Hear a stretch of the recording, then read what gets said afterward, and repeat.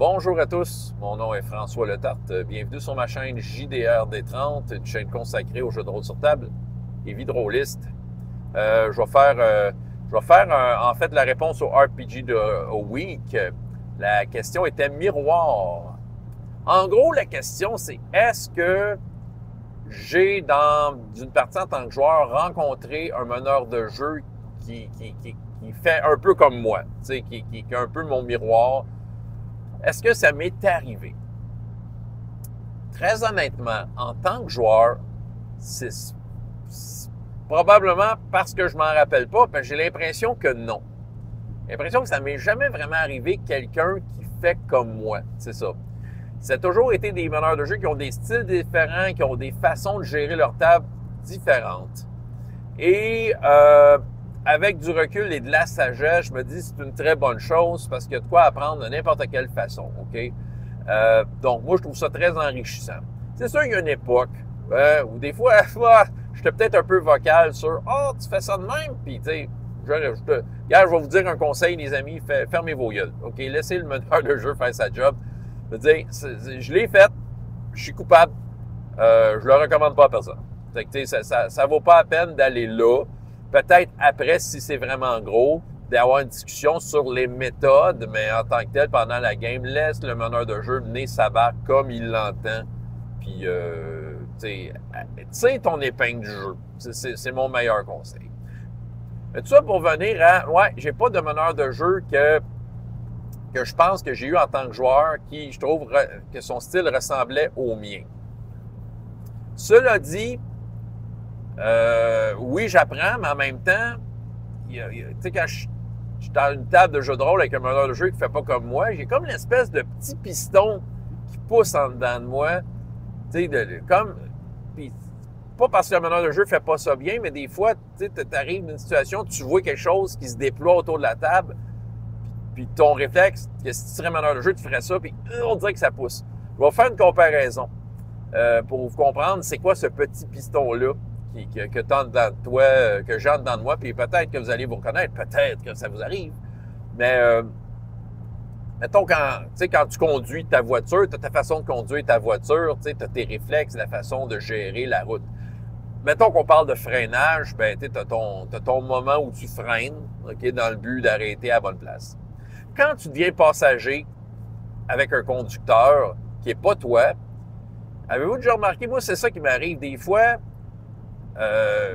le moment où moi j'aurais freiné, mon pied, il bouge. C'est comme si je freinais un peu dans le vide, comme si le réflexe m'amenait à dire « Ah, c'est là que j'aurais freiné. » On dirait que c'est plus fort que moi parce que, tu sais, je veux dire, je conduis beaucoup dans ma vie, fait qu'on dirait que mon corps est comme entraîné à freiner à des moments par rapport à des stimuli extérieurs qui dit « OK, c'est le temps de freiner. » Puis tu t'aperçois que des fois, tu ne freines pas au même moment que l'autre aurait freiné. Au final, le résultat est le même, c'est souhaitable, on est tous arrêtés là où on devait. Mais ça se peut que la personne ne gère pas le freinage comme toi tu le fais. Fait que je trouve que ça se compare bien au jeu de rôle, dans ce sens où des fois, le meneur de jeu, il y a une situation, il y a de quoi qui ne fait pas comme toi, puis toi, tu as ton réflexe de dire « Ah, c'est ça que j'aurais fait », mais lui, il le fait différent. Comme j'ai dit au début, il faut tirer son épingle du jeu, il faut être capable de prendre un pas de recul, de lâcher prise, de laisser le meneur de jeu mener sa barque et toi d'être le meilleur joueur possible pour tirer ton épingle du jeu et augmenter le plaisir. C'est ça mon conseil. Fait qu'en gros, est-ce que j'ai déjà rencontré? Non. Mais, écoute, puis c'est récent, Draconis, j'ai été témoin d'une game. Et d'une en particulier où je pense que j'ai peut-être trouvé quelqu'un qui a une façon, je pense, similaire à la mienne. Puis c'est pas pour me lancer des fleurs, parce que je sais que c'est un meneur de jeu qui reçoit beaucoup de compliments. C'est un meneur de jeu qui est très apprécié. J'ai jamais eu la chance de jouer avec, mais je parle du DM à cravate, Nicolas. Je l'ai déjà eu comme joueur, je le connais à cause de sa chaîne YouTube, tout ça, puis évidemment, on se croise à Draconis, on s'est déjà croisé dans d'autres occasions. C'est un gars super le fun, tout ça, mais j'ai jamais joué avec. Ça je m'a donné, je n'ai pas nécessairement le temps. Puis tu sais, c'est dans ma checklist de dire « Ah, un moment donné, j'aimerais ça, peut-être un Draconis, si le temps me le permet, puis que ça donne bien. » Mais là, je l'ai regardé faire. Lui, il aime jouer à Fate, c'est son jeu de prédilection. Puis je l'ai vu aller. Puis j'ai pas senti le petit piston en dedans de moi. Bon, c'est sûr que j'étais pas investi dans la game, donc peut-être que le piston, il était off. Mais même à ça, j'ai l'impression qu'il n'aurait pas tant poussé en dedans de moi. J'ai l'impression qu'au niveau du rythme de partie qu'il donnait, ça ressemblait à moi. Sa façon de rebondir sur les situations, sa façon de poser des défis aux joueurs qui les oblige à réfléchir, sa façon d'offrir aux joueurs des options qui sont des dépenses en ressources. Parce que c'est ça, tu sais, souvent quand tu échoues, ben là, tu vas, tu sais, ça t'oblige des fois à dépenser des précieuses ressources. Puis je voyais que, tu sais, c'est ça. Il y a vraiment de quoi dans sa façon aussi de décrire tout ça, sa façon, c'est ça. Il y a plein d'affaires dans sa façon de faire que je trouve que moi, en tout cas, je me reconnaissais là-dedans. Mais tu sais, il me semble que c'est le même quand je le fais aussi. Est-ce que c'est aussi bon? Bon, ben là, c'est à vous de juger pour ceux qui ont joué avec moi. Je suis pas là pour comparer mon talent, mais j'ai l'impression que je suis dans la même dans la même vague que lui, dans la façon de faire. Donc, est-ce que j'ai rencontré finalement un miroir? Peut-être. Un DM à cravate semble être le meilleur candidat pour un style qui, moi, me correspond plus. Donc, oui, fait que Nicolas. Puis, la question complémentaire qui est assez intéressante, c'est qu'est-ce que le monde devrait comprendre de mon style de jeu?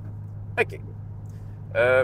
Moi, je veux dire, ma vision du jeu de rôle, c'est faut que tu te casses un peu le cul quand t'es joueur, un peu.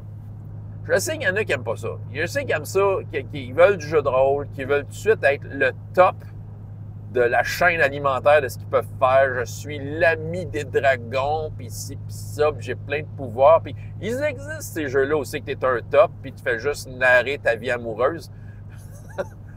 Ça vous regarde! Mais c'est ça, mais moi, je suis pas là partout. Non, non, non. Je sais que, bon, tout le monde doit être heureux autour de la table, mais quand même, je les avertis de la façon dont je fais ça.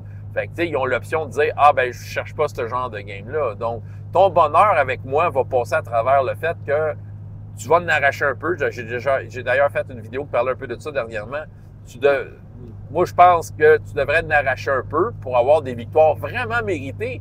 Et le fait qu'à un moment donné, tu atteins le haut de la chaîne alimentaire des aventuriers, c'est parce que tu l'as mérité, tu l'auras travaillé, c'est ça. J'aime poser des défis qui font réfléchir les joueurs. J'aime que les joueurs, c'est ça, que ça vienne beaucoup d'eux, les idées, que la feuille ne joue pas à leur place. C'est ça. Fait que mon style de jeu, c'est le suivant.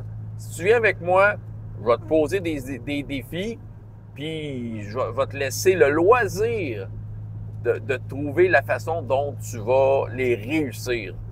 C'est ça. C'est ça mon style de jeu. Je suis pas là pour faire chier personne, mais il me semble que si tu viens à une table de jeu de rôle, c'est pour vivre de grandes aventures. Et qui dit grandes aventures, ben c'est dire de vivre de grandes difficultés aussi. Et là, je dis pas parce qu'il y en a qui vont dire « Ah, mais moi, je joue au jeu de rôle pour fuir mon quotidien, parce que mon quotidien, il est moche. » Puis je comprends ça. Je comprends ça, mais je pense pas que la solution est dans tu vas dans un jeu, puis il fait juste me raconter tes shit, puis tout va arriver, peu importe le jet de dés. Tu sais, non, non, non, non. Tu sais, regarde. Tu sais, aie la satisfaction de réussir des choses. Parce que oui, tu vas fuir ton quotidien avec moi parce que tu vas vivre des affaires que tu vis pas dans la vraie vie. OK? Oui, c'est difficile de battre un dragon. Fait que c'est ça. Tu comprends? C'est difficile. Fait que tu vas la vivre, la difficulté. Mais clairement, c'est pas une difficulté que tu veux vivre dans la vraie vie. Avoue-le. C'est de même que je me décris. Encore là, mes auditeurs, ceux qui ont eu le malheur de jouer avec moi, vous allez pouvoir peut-être me définir mieux que je suis capable de le faire moi-même. Sur ce, c'est ce qui conclut ma vidéo sur le RPG Week de cette semaine. François Letarte, JDR D30. Et jusqu'à la prochaine fois, ayez autant de plaisir dans la vie que dans les jeux. Au revoir.